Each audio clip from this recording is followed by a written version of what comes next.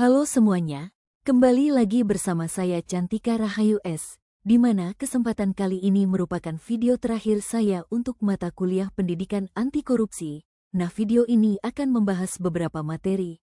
Mari kita simak pembahasannya. Tindak pidana korupsi dalam perundang-undangan Indonesia diatur secara komprehensif, mencakup definisi, jenis pelanggaran, hingga sanksi yang tegas.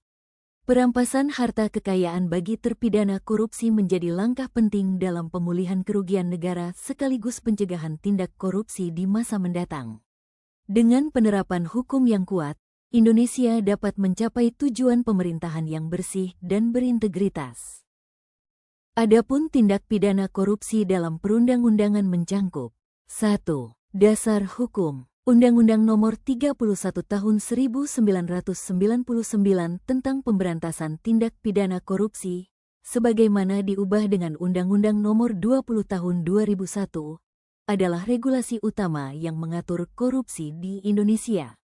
Jenis tindak pidana korupsi yang diatur meliputi penyalahgunaan wewenang, suap, gratifikasi, penggelapan, hingga manipulasi anggaran. 2. Sanksi dan hukuman. Hukuman bagi pelaku korupsi dapat berupa pidana penjara, denda, hingga pencabutan hak-hak tertentu.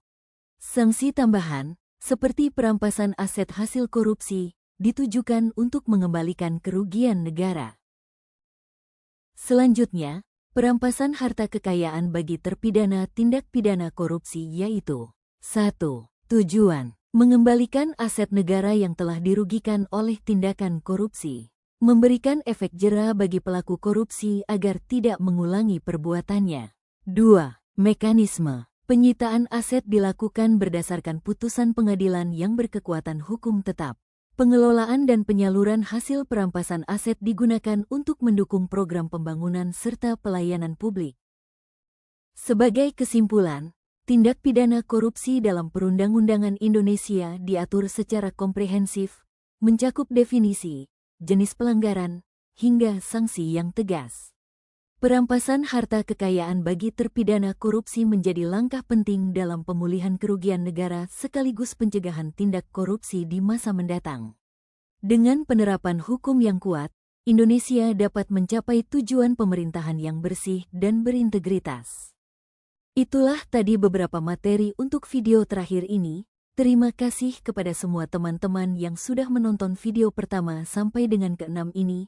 Sekian dari saya, terima kasih, sampai jumpa di lain kesempatan.